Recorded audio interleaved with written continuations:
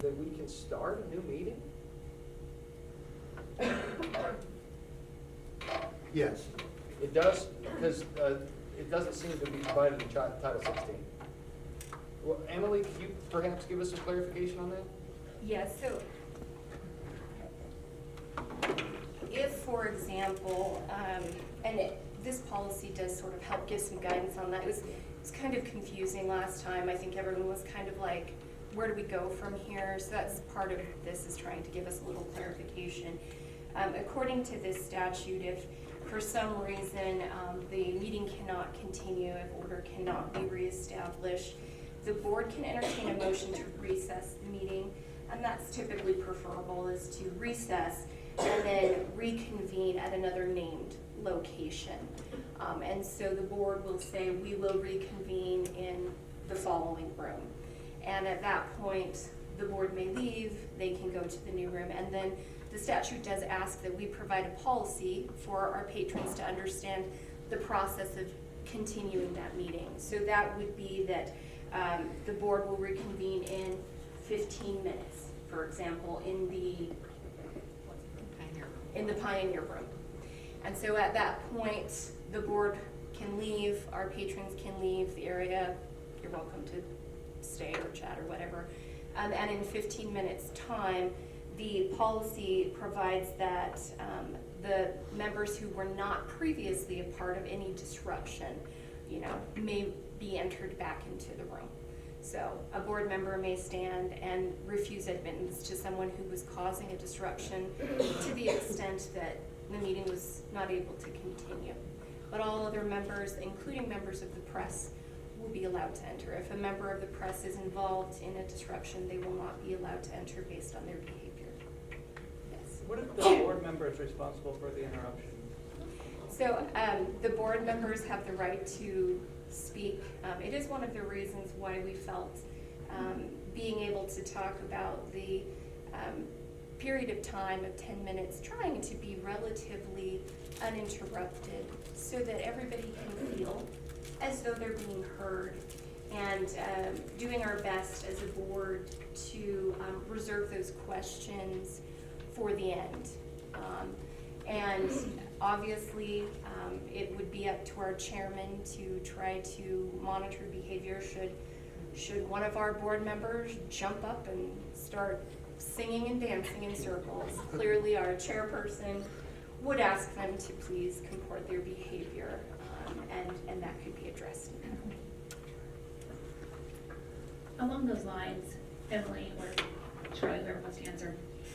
Number 6 on the appeal hearing protocol, it says speakers who are asked to leave shall not be permitted to present appeals to the board for 6 months thereafter. Have we come up with that number, and what's the reason for that? That it was a arbitrary number. In looking at the board's number of meetings, we meet approximately once a month. The likelihood of somebody's behavior being so inappropriate in a setting such as this, where we are really trying to listen to the voice of the community, is so extreme that it in and of itself would need to have its own set of consequences, that being that you've wasted the time of the public as well as the board. And so for that time, you will not be able to present something.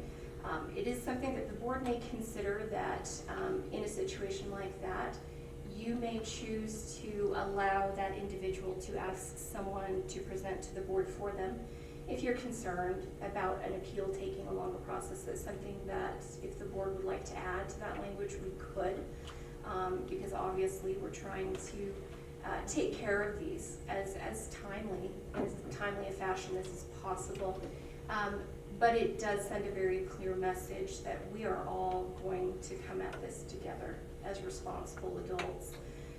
And in the event, the unlikely event that someone would have to be asked to leave, that there would be a separate consequence for that, and it would give that individual time to reconsider and to watch other presentations in the meantime, and then come back if they choose to, if there's something else that they need to appeal, and to be able to also have a fresh start. It's enough time. That was the thinking behind that number. Thank you. Mr. Chairman, may I ask a question on the policy? I know you've explained further in the meeting that it's not necessarily retroactive, but we do have appeals tonight. Was this policy provided to the person who has those appeals ahead of time? or I this believe is it the was. first hearing? I did get a letter that said draft on it. And I took it as a draft and I read through it. So, yes, And that matched the draft that the board members received as well? I believe so. Yes. However, as has been established, these rules do not retroactively apply to an appeal that was already in process, so. Is there any more discussion of this set of procedural documents? Hearing none, can I get a motion to approve the procedure?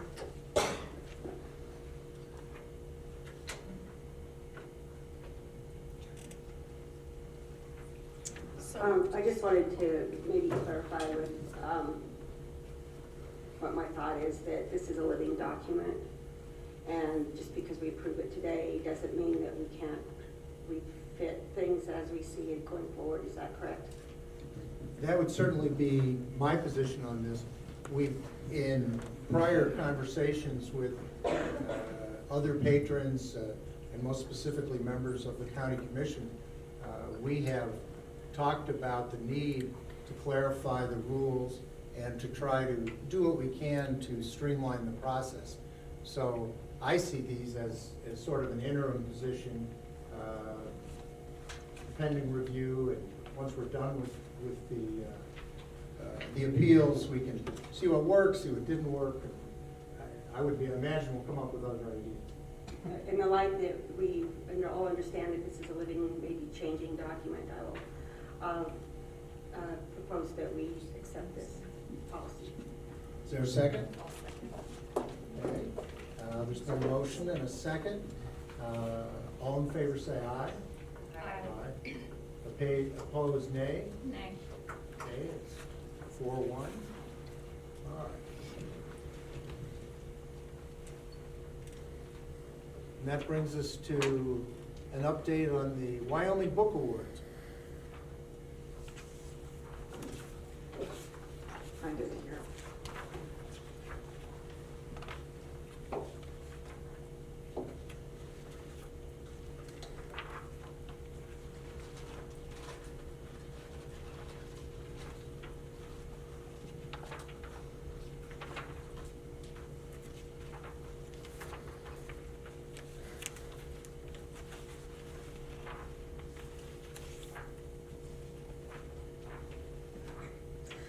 I just wanted to make everybody aware that it's nearly time for Wyoming Book Awards. The Wyoming Library Association and the Wyoming State Literacy Association jointly sponsor 3 annual Wyoming Book Awards. Locally and statewide, public and school library staff serve on committees to generate an award book list that consists of 10 books, market the event, and assist in counting the votes.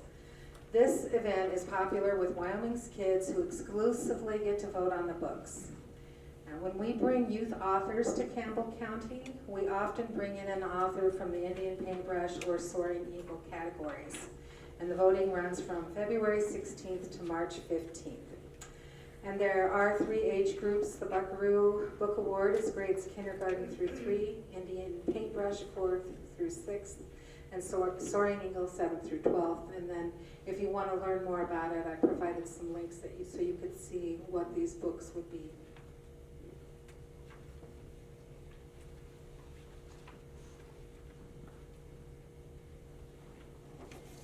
Are there any questions? Hearing none. The next item on our agenda is the reconsideration of library materials appeals. Mr. Bennett. Yes, sir.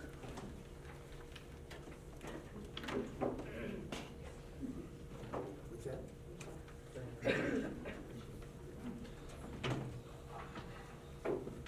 We'll have, if with your agreement, we'll have Ms. Leslie go over the material that's been submitted. Which book would you like to hear first? We have it I listed. think we were on, Babysitter's Coven? yeah, Babysitter's Coven, we should start with that. Okay. All right, Babysitter's Coven by Kate Williams.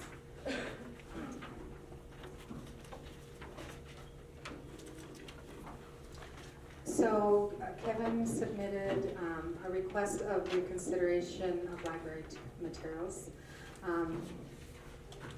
It says, "There is no good or white magic. Elemental spirits are malevolent in subterfuge after deceiving silly women. Children should not be encouraged to dabble in the occult for any reason.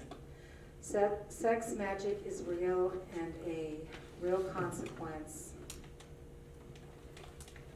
of," I'm sorry, I'm struggling to read. It says say doubling. Dabbling, thank you. Yeah, I've got bad handwriting. I'm sorry, I'll do my best. I ain't defending that, I got hard one. Which this book encourages. Whether or not it is written expressly for that purpose and characterizes substantially malevolent occultism as benign, teen girls should not be encouraged to dabble. Looking at this objectively, clearly, shows it is occult propaganda. The teacher has. Yes, you know how to read the writing. Great. Sorry, I apologize, Mr. Bennett. It paints the occult as mysterious and desirable. It's soft-core propaganda. What's Luciferian? Luciferian propaganda. So sorry for that. So then we had our library manager review the request for reconsideration form and respond. The selection of any material for the library's collection does not constitute an endorsement of its contents.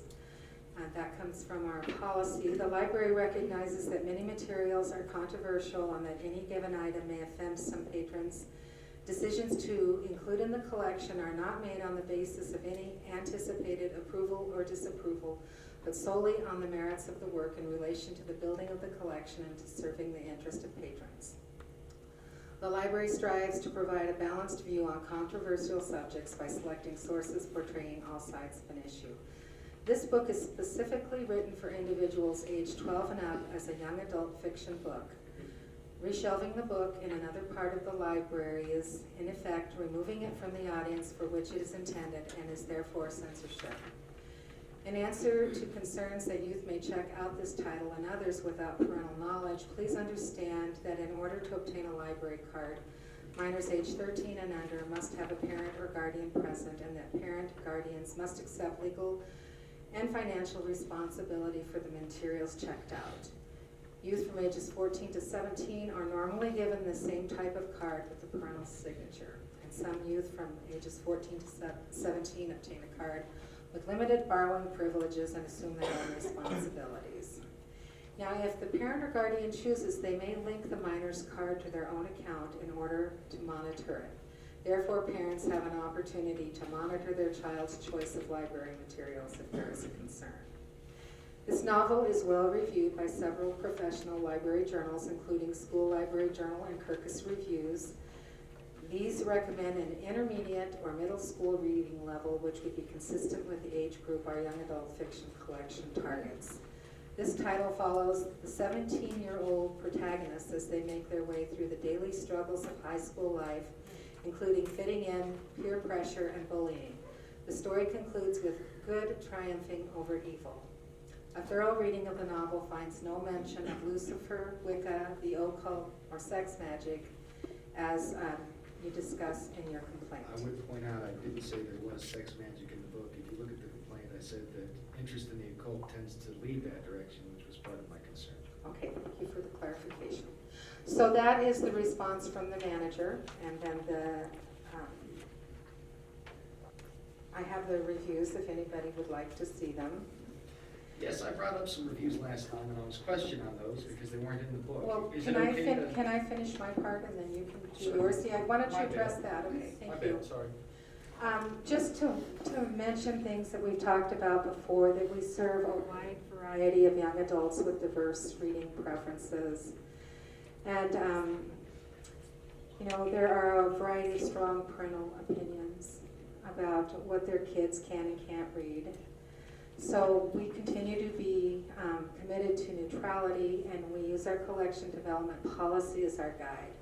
This book clearly falls within the parameters of our collection development policy. It's cataloged correctly in the young adult fiction collection.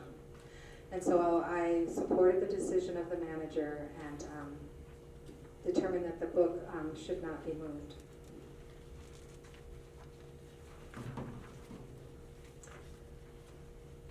All right. I'm done reviewing the materials. All right. So we discussed earlier in the new rules, which have been brought down in lieu of moving these materials, that an explanation of our rationale as patrons presenting these materials should be explored, and I'd be happy to do that. The issue I've got is with social engineering and social Marxism, both of which are rampantly in play. The term Soviet Russia referred to little boards that were making policy.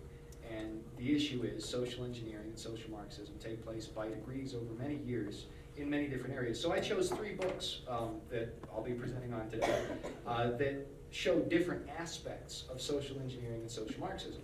And many of them involve undermining the previous status quo ideologically of the region where social engineering is being applied. And that is the case with the Babysitter's Coven. Now, I have, since I read through your new guidelines, I did write out some bullet points that I'm going to expand on now, and I truncated, for the board's pleasure, my previous writing to the point. So I did condense it, and I'm not going to drag you through the mud here. So here's the bullet points. First and foremost, the book encourages underage drinking, and I'm going to expand on that. Secondly, it does teach young girls to have an interest in the occult, and I would point out that teenagers, being the intended audience, are more malleable than adults because they don't understand the way the world works. And so even if you introduce something where good triumphs over evil, if you introduce something that isn't good and say it's good, a teen's more likely to believe the falsehood, incidentally due to their lack of life experience. That means we must have a very, very careful process in place for materials that are put in front of teenagers. As you know from my handwriting, students don't have full development, and even some adults can't write to save their lives. So while they're in this young time in life, they shouldn't be exposed to materials that are going to give them the wrong idea. So encouraging children to explore the occult or dabble at all is very troublesome. Now, lefty, as I put it, ideologies that are trending are treated as core to polite society. There's POCs, people of color, represent several of the characters in the book, and they're represented as cool, whereas the protagonist in first person is just a sort of a boring, gothy white chick, and it sort of romanticizes a different cultural set, which I think is very damaging, especially in this region where, let's face it, none of us tan very well. As I said, it features underage substance abuse. It acts in capacity as grooming materials for adults who would abduct children, which I think is very disturbing, and I'll go over that in a bit. It handles mental illness issues poorly. The mother in the book is catatonic. Turns out there's a magic spell, but there's real mental issues, and it's kind of damaging to think of a 14-year-old who has a parent that may have a catatonic issue, supposing maybe they're under a magic spell, but I don't really go deep into that. That's just something to think about. And finally, and this is the point that caused so much contention last time, leftists for whom the book was written don't like it. And I'm going to dovetail right into my presentation here. Leftist reviews reveal the work is poorly written and deliberately... Oh goodness, that isn't me. Leftist reviews reveal the work is poorly written and deliberately tries to pull in readers through what one leftist reviewer called queer bait. And that was on something B-words, trashybooks.com. What was it? Smart B-words, trashybooks.com. Obviously, it's not B-words. I'm just not using the expletive. She said the jacket copy is a little queer baity. And I think in line with social Marxism, that partially makes the argument I'm looking to advance here for why this isn't acceptable. Social engineering materials tend to focus on more than one area. They focus on multiple areas of society. And if you're trying to reach teenagers who are already leaning toward the quote-unquote, call it rainbow spectrum, just to be polite, making a jacket copy that looks queer-bait is a great way to do that. So that's why I brought that up before. Now, ideological subversion and social engineering programs are programs designed to take generations and attack youth who know no better on multiple fronts. In this library, we see the gay agenda, critical race theory, CRT, and occultism. CRT and the gay agenda are both in this book, albeit in a minor capacity, but all you need is 1% rat poison and 99% bait, and that will kill the rodent. So you don't need a lot of poison to poison somebody. So the amount is not the issue, it's that it's there at all. Occultism is also in the Babysitter's Coven. These three things represent problematic narrative flaws. The cover is queer-baity, as say the leftist reviewers. Occult ideals are explored in a trivial way that makes non-trivial subjects seem harmless when they're not. And CRT defines the characterizations of supporting characters in the story, Cassandra and Dion, causing white readers to experience unnecessary cognitive dissonance, whose uber purpose from a social Marxism framework is to demoralize, confuse, and initiate self-hatred based on ethnicity. It's subtle, but it's there, and that shouldn't be introduced to teenagers who already have enough problems. Furthermore, one of the only ways teenage girls can make legitimate money is babysitting. Encouraging them to dabble in the occult by writing a narrative about an introverted girl who only finds herself when she plays around with magic is asking for trouble. I tried a front flip off a jungle gym when I was a teenager because I saw Star Wars and messed up my neck. Like I said, people don't always develop when they should. I've been stupid. I know I've been stupid as young people, as a young person. Maybe there are people in this head. Point being, if I've been that way, everyone has. We've all had bad ideas as kids. So putting that in front of teenagers who don't know any better is a really, really bad idea. The idea that teenagers won't try what they encounter in literature is one that doesn't hold water if you understand how people work. In this book, one of the most popular characters, a radical feminist named Janice, drinks in an underage capacity, and the book treats this positively, as will teenage readers. The book says Janice practically squealed, "Beer pong? I love beer pong." That was one of the last things I would have expected to come out of the mouth of an intersectional feminist, end quote. So you see it brings in the politics and it brings in the drinking. Now, according to the 2019 to 2020 Campbell County Annual Report, 4% of all juveniles in Campbell County under municipal court probation had alcohol-related offenses. 62% were in the 18 to 21 category with alcohol-related offenses. Of the juveniles, 820 were open cases, 362 filed between 2019 and 2020.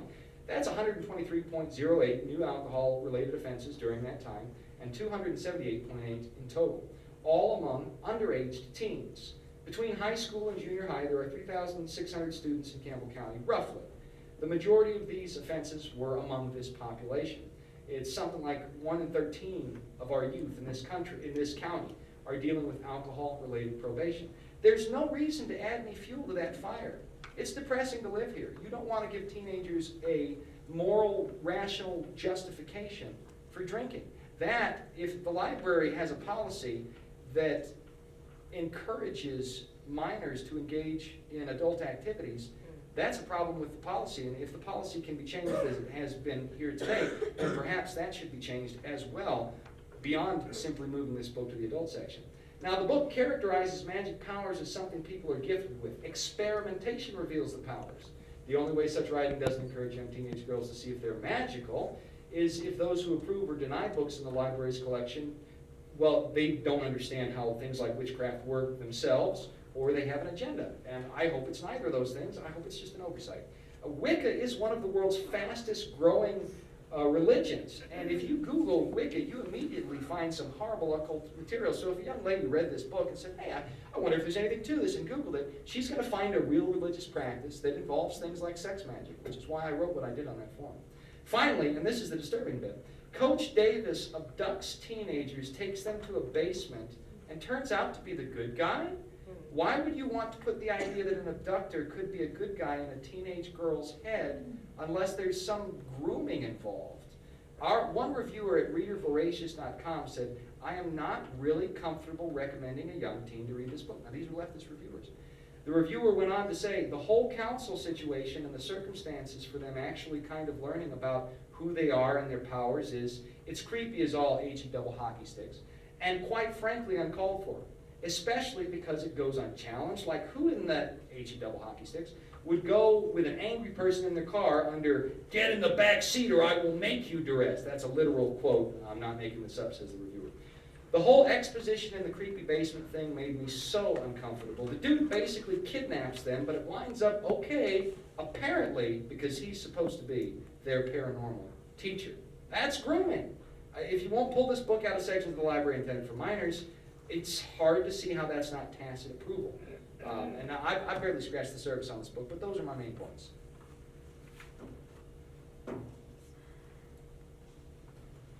Okay. Is there any discussion, any questions from members of the board?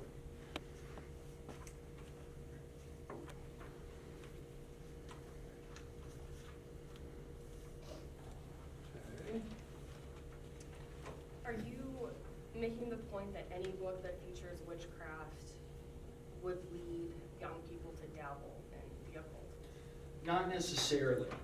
However, there is a likelihood of that. It depends on the sort of quote-unquote magic that's involved. A great example, Charlie brought it up, Tolkien and Lewis, who also feature magic in their books, don't feature it in a way that like this book does. Tolkien with his hobbits, they're adults in an adult situation where much of the magic is metaphorical. Gandalf, for example, Castle Gandalf is a Catholic castle in Europe, and that's who Gandalf the Wizard is named after, Castle Gandalf. So he's sort of metaphorical to the church sweeping in when there's crises that are affecting the world. And of course, Lewis and Tolkien both went through World War I, and I believe I know Lewis did, I don't know if Tolkien fought in the war. With Lewis, when you have the White Witch in Narnia, she's a bad character. And don't feel, I mean, who's got time to read all these things? Narnia's slogan was always winter, never Christmas. We had a Narnia-themed Christmas tree last December. Beautiful, I think whoever did a great job. If you read the book, you wouldn't have done that. So a lot of people will assume, and my mother did this, believe it or not, when I was a young man, you've seen my mother speak, that because magic is in something, it's inherently wrong, wicked, or bad. That's not the case. However, there are some things that are subversive. And as those involved in developing a collection policy, it seems incumbent on you to determine whether or not there's a subversive element in a book intended for minds that are malleable. I did want to make a clarification about the book as well. There's literally one mention of beer pong. It's mentioned as a phrase that she's surprised her friend is into beer pong. We never witness as readers her drinking. That never occurs in the book, and I've read the entire trilogy now. It doesn't promote underage drinking. Does the girl who was drinking underage get in trouble for it? She mentioned surprised that her friend is interested in that, and Yeah, that's all they have. But does her friend who's a teenager get in trouble for No. liking? No, so that encourages it tacitly. That's the problem. I disagree. I'm sure you do, but that's, if I'm reading this book as a teenager and I see, nothing negative was said about that, why not? My dad and mom and teachers have always told me drinking's bad. Huh. Well, maybe people who do beer pong aren't that bad. I say that because that's the sort of thinking I had when I decided to drink as a teenager, which I shouldn't have done, but we're all imperfect.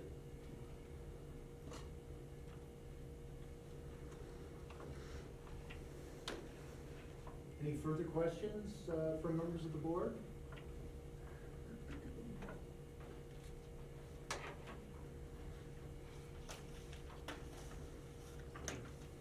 I'll make a motion, we vote on the appeal. Okay. Is that a motion to grant the appeal? Yes. Okay, is there a second?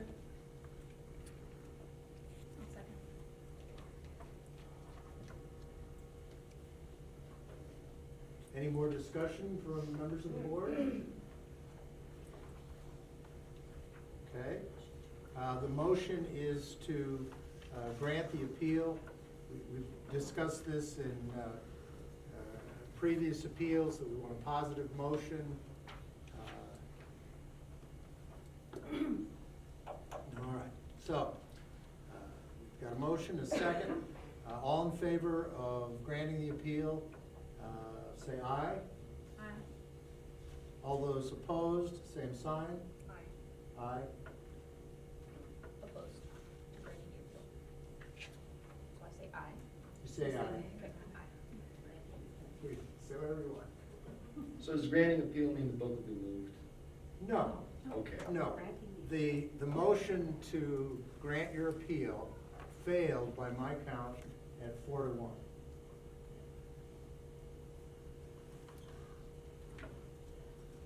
Is that how the rest of you heard it?